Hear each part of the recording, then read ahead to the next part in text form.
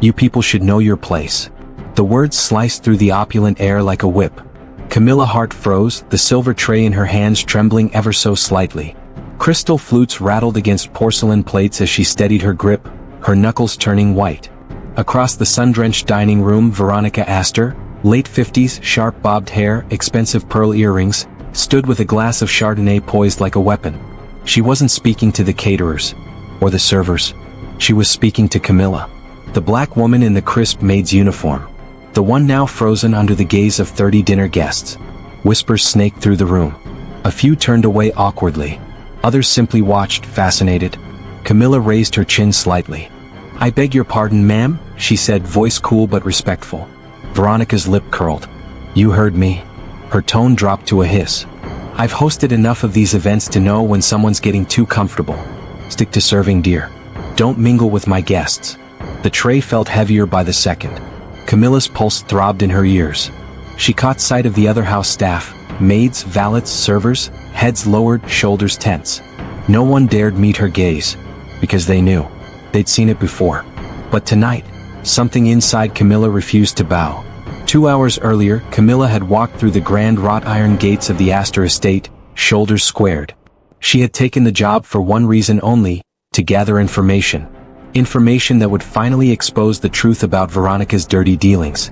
Tonight's gala, a fundraiser masking a tax sheltering scheme, was the perfect cover. She wasn't supposed to stand out. She wasn't supposed to attract attention. But now, under the weight of 100 judgmental eyes, her cover was slipping. And it was just the beginning. Camilla had spent months preparing for this. She wasn't really a maid. Not anymore. Once a top investigative journalist, she had gone underground after a brutal corporate takedown left her blackballed. But a new anonymous tip had led her here, Veronica Astor's inner circle. Armed with a new identity and a fabricated resume, Camilla had embedded herself in the household staff. For weeks she had scrubbed floors, served cocktails, endured whispers, waiting for tonight. But Veronica's public humiliation was unexpected. It wasn't just about class anymore. It was about race. And it had triggered something deeper than Camilla was prepared for. The tray finally found the table. Camilla placed it down, fingers steady despite the storm raging inside her. "I'll return to my duties, Mrs. Astor," she said evenly. "But respect is not reserved for the wealthy." Gasps echoed through the room. The pianist stopped mid-note. Veronica's face flushed crimson. "How dare you?" she began, voice sharp. But before she could finish, a man approached from the crowd. Tall, broad-shouldered, mid-40s, he was dressed in an impeccably tailored navy suit. Gregory Lane, a prominent city official. And as Camilla well knew, a longtime ally of Veronica's in more ways than one. "Is there a problem here?" he asked smoothly, eyeing Camilla with thinly veiled contempt. "She's disrupting the event," Veronica seethed. "She needs to be removed immediately." Gregory nodded toward the 2 private security guards flanking the entrance. "Escort her out." Camilla's heart raced. She hadn't gotten what she came for yet. The files. The USB hidden in Veronica's study upstairs. The final proof. If she left now, everything would be lost. "I am not leaving," Camilla said, voice calm but unwavering. "I've done nothing wrong." Gregory's jaw tightened. "You've disrespected the host. That's enough." The guards began moving toward her. But then, another voice cut through the tension. "Wait." All heads turned. It was Malcolm Hart, Camilla's younger brother. Clean-cut, sharp-eyed, dressed in a waiter's uniform. He had infiltrated alongside her as backup. And now he stood tall, eyes locked on Veronica. "Before you throw anyone out," he said loudly, pulling out his phone, "you should know this is being recorded. Live." He held up the screen, already streaming to a private server. Gasps erupted. Guests pulled out their own phones. A ripple of panic swept through the room. Veronica's composure shattered. "Turn that off," she shrieked. But it was too late. Dozens of eyes, and now thousands online, were watching. Gregory glared at Malcolm. "You have no right." "We have every right," Malcolm replied coldly. "Especially when your host is publicly degrading staff based on the color of their skin." Veronica's voice faltered. "This is a misunderstanding." Camilla stepped forward now, voice steady and clear. "No. This is exactly what it looks like." The security guards hesitated. The power dynamics in the room had shifted. Suddenly, no one wanted to be the one dragging a black woman out on camera. The guests murmured uneasily. Some edged toward the exits, not wanting to be associated with whatever scandal was unfolding. Veronica fumed. "You'll regret this. Both of you." Camilla met her gaze evenly. "No, Mrs. Astor. I think it's you who'll regret tonight." Her words hung in the air like a final note. Then, without another glance, Camilla turned, her brother beside her, and walked toward the study upstairs. Because what no one in that room knew was that Camilla wasn't just a maid. She was the one woman who could finally expose the empire Veronica Astor had built on lies. And the night was far from over. The heavy oak door to the study clicked shut behind them. Camilla exhaled sharply, her composure cracking for the first time that night. "That got out of hand fast," Malcolm whispered, glancing nervously over his shoulder. Camilla shook her head, steadying her breath. "No, it got real fast. And it's not over." Her fingers moved quickly, pulling a slim flash drive from beneath her cuff. She slipped it into the computer on Veronica's ornate desk. On the screen, encrypted folders. Financial records. Names. Payments. The tip they had received was true. Veronica wasn't just laundering money through her foundation. She was funneling it into corrupt political campaigns, paying off officials, and framing minority business owners for tax fraud in the process. Camilla's jaw tightened. This was bigger than she'd imagined. Malcolm hovered beside her. "We need to get this out, Cam," he urged. "Before they come in here." Camilla nodded. Her fingers flew across the keyboard, copying files to the flash drive. "They already know I'm not a real maid," she said. "There's no hiding anymore." Suddenly voices echoed from the hallway. "She can't be far. Check the study, now." Malcolm's eyes widened. "We're out of time." Camilla yanked the flash drive free. "Go out the back," she said urgently. "Take this and get it to Serena." Malcolm hesitated. "I'm not leaving you here." "You have to," Camilla insisted. "If they catch us both, the story dies here. Go." Reluctantly, Malcolm slipped the drive into his pocket and ducked through the hidden servants' passage they'd discovered earlier. Camilla turned back toward the desk, grabbing a feather duster. When the door burst open moments later, Veronica, Gregory, and 2 guards storming in, she was calmly dusting the bookshelf. "Where is he?" Veronica snapped. "Who?" Camilla asked innocently. Gregory advanced. "Don't play dumb. Your accomplice." Camilla looked him square in the eye. "I came to clean, sir. If someone else is causing trouble, that's your problem, not mine." Veronica's eyes burned with fury. "You little?" But Gregory held up a hand, forcing a thin smile. "Let's not make a scene," he said smoothly. "But you will come with us." 2 guards moved in. Camilla's pulse quickened. She couldn't risk the files being linked to her, not yet. "I'll gladly speak with the police," she said, chin high. "But lay a hand on me, and you'll have another live broadcast on your hands." The guards hesitated. Veronica seethed. "You think some viral video will protect you?" Camilla's gaze didn't waver. "No. The truth will." Downstairs, Malcolm raced through the catering entrance, weaving past startled staff.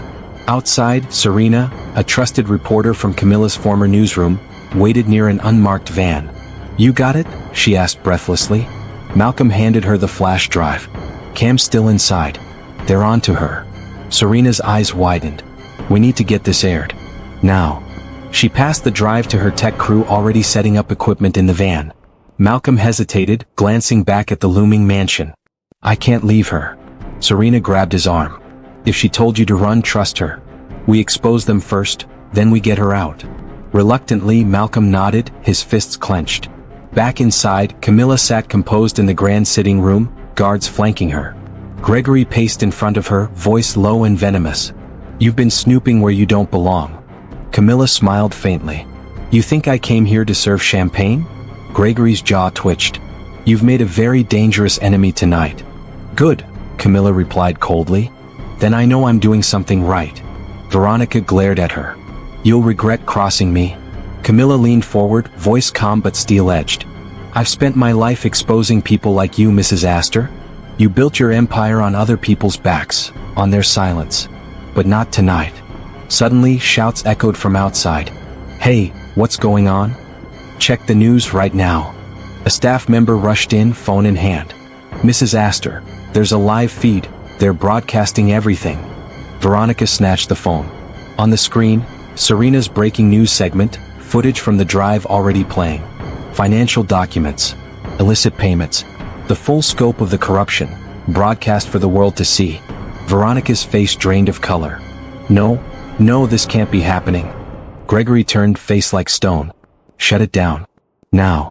It's too late, Camilla said quietly, rising to her feet. The world is watching. Panic erupted. Gregory barked orders. Guards scrambled. Veronica clutched her pearls, hyperventilating. But Camilla stood tall in the center of the chaos, composed, dignified, unshaken. You think money protects you, she said, voice carrying over the noise. But tonight, the truth protects me. Veronica rounded on her, eyes blazing.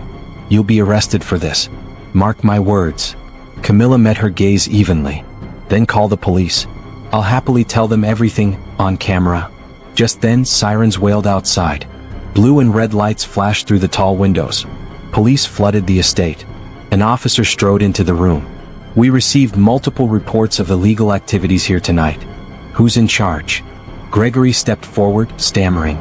This is a mistake. We've done nothing wrong. Camilla raised her hand calmly. I'd like to make a statement, officer. Veronica screamed. Don't listen to her. She's a fraud, she's not even staff. Camilla's voice cut through the chaos. My name is Camilla Hart. I'm a journalist. And I have evidence of a conspiracy involving Mrs. Astor and several of her associates, including financial records, witness testimonies, and tonight's events. The room fell silent. The officer nodded slowly. We'll be taking statements from everyone. Starting with you, ma'am. He motioned for Camilla to follow. Veronica lunged forward, only to be held back by her own security. Do you know who I am? She shrieked. Camilla paused in the doorway, turning back one last time. Yes, she said softly. And now, so does everyone else. The police ushered Camilla into a waiting SUV, away from the flashing cameras and angry shouts behind her. Through the tinted window, she could still see Veronica Astor pacing like a caged animal, her perfect facade shattered under the weight of scandal. Malcolm was already in the back seat, relief flooding his face when he saw her. You made it, he breathed. Camilla smiled faintly, exhaustion seeping in. We all did. The officer driving turned back. Miss Hart will need an official statement at the station. But off the record, nice work tonight. Camilla nodded. Thank you, officer. But this is just the beginning. By morning, the news had exploded. Breaking. Billionaire philanthropist Veronica Astor tied to massive corruption scandal. Whistleblower Maid revealed as investigative journalist. Exclusive. How Camilla Hart took down one of the city's most powerful families. The footage Serena aired had gone viral. Hashtags trended worldwide. Hashtag justice for the voiceless. Hashtag Camilla Hart. Hashtag Astorgate. Camilla's inbox was flooded. News agencies, civil rights groups, law firms, all offering support, interviews, legal aid. Her once hidden identity was now a national headline. And Veronica Astor? Facing a full federal investigation. Later that week, Camilla stood in the studio once more. This time, not as a maid, not in disguise, but as herself. Cameras rolled. Serena leaned in. Camilla, millions watched what happened. But why risk so much? Camilla met her gaze, voice clear. Because corruption thrives in silence. Because too many voices have been silenced in that house. And because I've spent my life fighting for those told they don't belong. The screen behind her lit up with images. Anonymous staffers, whistleblowers, small business owners ruined by Veronica's schemes. I may have worn a uniform, Camilla continued, but I carried every story that uniform represents. And now, the world is listening. The audience erupted in applause. Meanwhile, across town, the Astor estate sat shrouded in disgrace. Paparazzi camped outside. Investors withdrew support. Charity partners severed ties. Inside, Veronica sat in her crumbling empire, head in her hands, the once untouchable queen now drowning in legal battles. Gregory paced the marble foyer, phone pressed to his ear. No, we can't settle. If we do, it's an admission of guilt. He stopped short, spotting the television screen. Camilla Hart, from Maid to media icon, her fight for justice. His face paled. We underestimated her, he whispered. Weeks later, in a packed courtroom, the trial began. Veronica arrived flanked by a team of high-priced lawyers, poised, polished, but visibly strained. Camilla entered moments later, greeted by a standing ovation from supporters. Among them, former staff members, community leaders, activists, and Malcolm, smiling proudly in the front row. The prosecution laid out its case meticulously: fraud, bribery, racial discrimination, tax evasion. Evidence from Camilla's investigation was front and center. And when the time came, Camilla took the stand. "I wore that uniform to expose the truth," she testified, voice unwavering.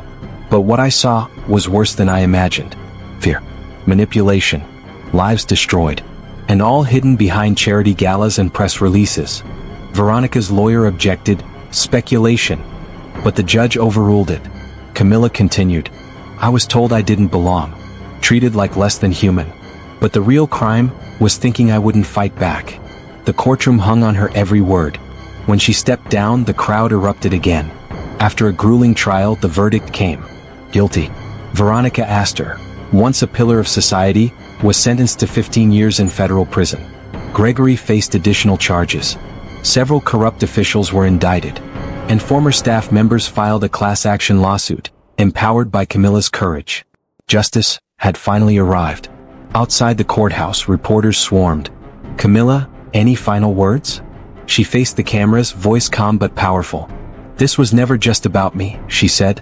"It was about every person told they're invisible. Every worker dismissed as unworthy. Every voice silenced by wealth and privilege." She smiled faintly. "Today we proved those voices matter, and they will be heard." Months later, Camilla returned to the neighborhood where it all began. A new community center stood proudly where Veronica's foundation once operated, a place funded by settlements from the lawsuit. Children played on fresh fields. Former staff found new employment, free from fear. Camilla walked through the doors, greeted with hugs and applause. "You did it," Serena said, tears in her eyes. Camilla smiled. "No, we did." As she looked around, her gaze settled on a mural freshly painted on the center wall. It depicted a black maid, standing tall, her uniform transformed into a cape, her face radiant with defiance. Beneath it, a quote. "They told her she didn't belong. Now the world belongs to her." Camilla smiled through tears. She didn't need a disguise anymore. She didn't need their approval. She had reclaimed her power. And this time she was never giving it back.